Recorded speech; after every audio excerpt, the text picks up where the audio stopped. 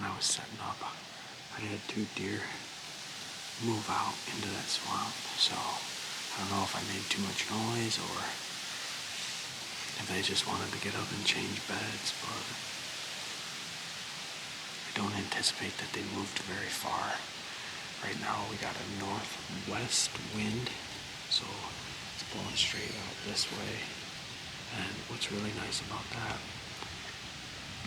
is it's good for this swamp, so a lot of deer come from over here, and then it's also really good to my east because that wind is basically blowing this way, so anything coming out of there, out of that swamp over there, that's a big bedding area, and they won't be able to wind me. So that corn is cut. Fingers crossed we see something. I got a really good feeling about tonight, or this weekend in general. Actually, if I look back, I'm pretty sure 3 years ago I shot a buck today. I'll post a picture of him. He was one of the bigger bucks I had shot up to that point, and I actually shot him like right on. I was on the ground, and I shot him at about 7 yards. I was using a crossbow. So this spot's been good to me over the years, so I keep hunting it. But we're basically gonna get situated. We're gonna sit tight, and hopefully we see something that's worth shooting tonight.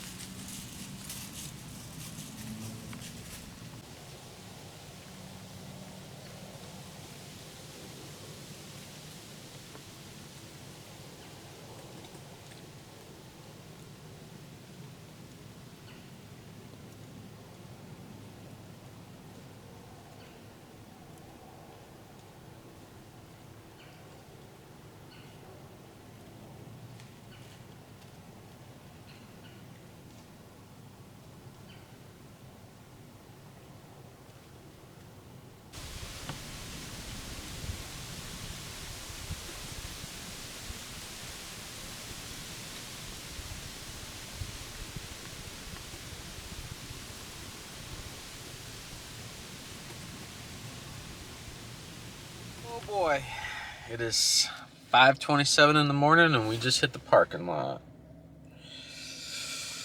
Man, it was action-packed last night. I didn't catch a lot of it on camera because there was no camera light to film anything, but man, we were covered up in deer. It was insane, man. I probably had like 6 or 7 does. I had a buck out in that cornfield. He looked all rutted up, pushing does around. I tried calling to him, threw out some doe bleats, threw out some grunts. he really didn't want anything to do with it. He was focused on those does that he had in that corn.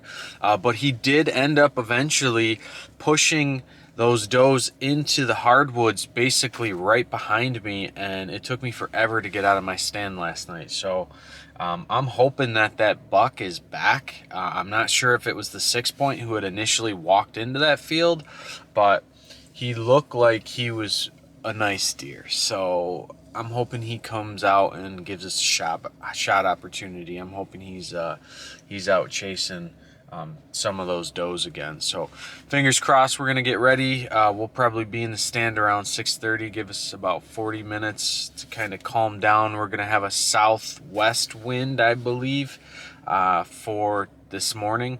I don't know how that's really going to play out, so scent control is going to be a key factor to make sure that we're not blowing that area out. So I'll probably bring out some of that Evercalm, and I did last night, and I think it helped because I had those does behind me and they never blew out of there until I started getting out of the tree. So, but fingers crossed, we'll see what happens. Hopefully we can get a buck on the ground today.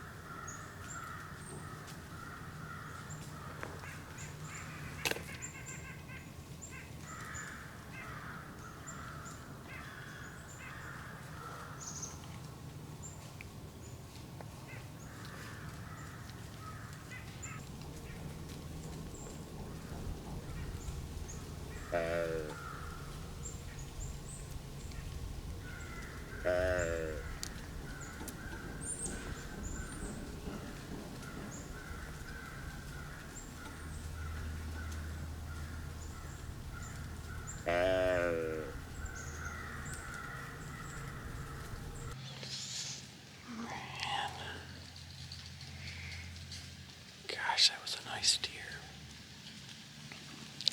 I don't know what kind of footage I got of him, but I saw him out in that corn. I saw a big body in that corn, and I had a feeling it was a buck. And then he come out, basically right in the center on the other side of this ridge. And at first I thought he was going to come basically right in front of me, but then he came from behind, and I didn't have a clean shot. He was probably like 40 yards. There's this sapling that was basically blocking any type of shot, but he stopped right there. If that sapling wasn't there, I could have shot him. I tried grunting at him, don't bleed, nothing. He was on a mission. Man, I wish he would have just come right in front of me. That was a nice buck. I would have been happy to take that deer, but it's still pretty early, so maybe we'll get like a midday cruiser. Fingers crossed. It's cold. What is going on, everybody? Welcome back to another hunt recap for episode 5 of the Michigan Whitetail series. So there are two things that I want to talk about in this hunt recap, but the first thing that I want to talk about is that we finally got some new merch available. As you can see, we got some blaze orange hats with this new Michigan Ambush Outdoors Whitetail logo. Super happy with how these turned out. These turned out great. I worked with the supplier for a couple weeks to make sure these turned out perfect. Now, if you're looking for a new blaze orange hat for the up and coming firearm season, make sure you guys go pick these up. We have limited quantity available, so I do anticipate they're gonna go fast.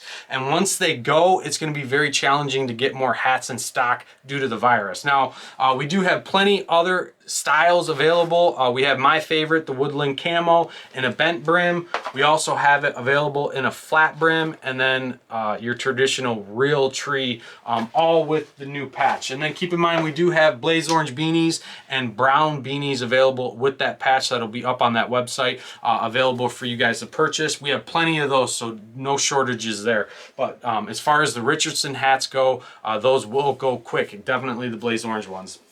So if you guys are interested, make sure you guys go over to MichiganAmbushOutdoors.com and pick your guys self up a hat. So diving into the hunt recap real quick, well, the first thing that we want to talk about is we want to talk about Saturday's hunt.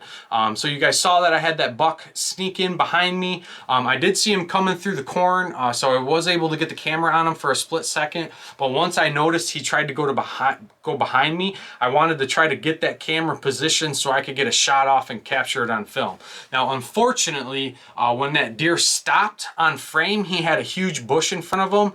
And then when he stopped again, he had a sapling in front of him. So it was a small sapling, so I probably could have snuck a shot off, but I saw branches coming off that sapling, and the last thing that I want to do is send an arrow down range, hit one of those branches that results in me wounding that deer. So unfortunately, it just did not work out. So, and I did not hunt that afternoon because it was Halloween and I had to take the little guy out trick-or-treating. So hopefully next week we will possibly have another encounter with that deer, and this time he'll come up one of our wide open shooting lanes. Would obviously be super ideal so we can get it on film and put some meat up in the freezer.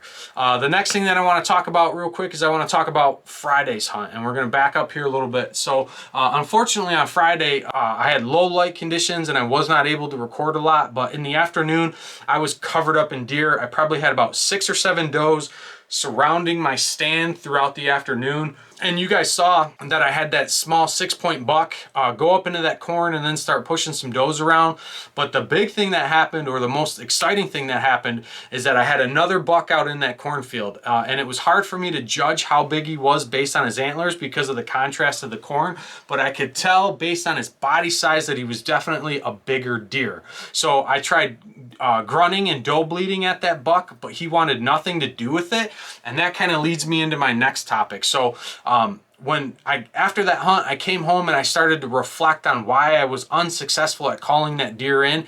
And I think it's very, very important that as a hunter, myself included, that you spend some time and study deer's body language and what they're communicating to the other deer in the area. So I mentioned in the video that he was rutted up, but again, reflecting on that and taking into consideration the time of the year that we were in, and it being the pre-rut, most likely he did not have a hot doe in that field. So I think what he was actually doing is he was posturing up to either that 6-point or even possibly another buck that was in that field trying to get up on his does. So with that being said, I think I probably would have had more success if I would have hit the rattle antlers or did a snort wheeze to try to imitate a more mature buck trying to intrude on his area, and I possibly would have had some better luck trying to call that deer in. So my suggestion to you and also to myself is, if you spent more time on the off season or in between hunts studying deer's body language, will help you be more successful out in the field, definitely when it comes to calling and judging what that animal's next move is going to be. So that's going to wrap it up for this video. If you guys have made it to this point, please remember to hit that subscribe button, hit that bell notification so you guys are notified next time we put out another video. And then as always, please go check out the MichiganAmbushOutdoors.com webpage. We've put a ton of work into that. Let us know what you think about it. And then if you guys want to support the channel, please go and get your guys self some new merch. We're super, super happy with how these new patches came out. I think they look sweet. We are going to continue carrying the traditional Michigan Ambush Outdoors logo, but I have to say, I really, really, really like how this logo turned out. So I am on the fence of which one is my favorite. So, but anyways, make sure you guys go to the site, check it out. It's not a requirement that you guys buy anything, but it does greatly, greatly support this channel and keeps us doing what we're doing. And like I said, things are going to be heating up here real quick in the woods. So make sure you guys stay tuned, and we will see you guys on the next one.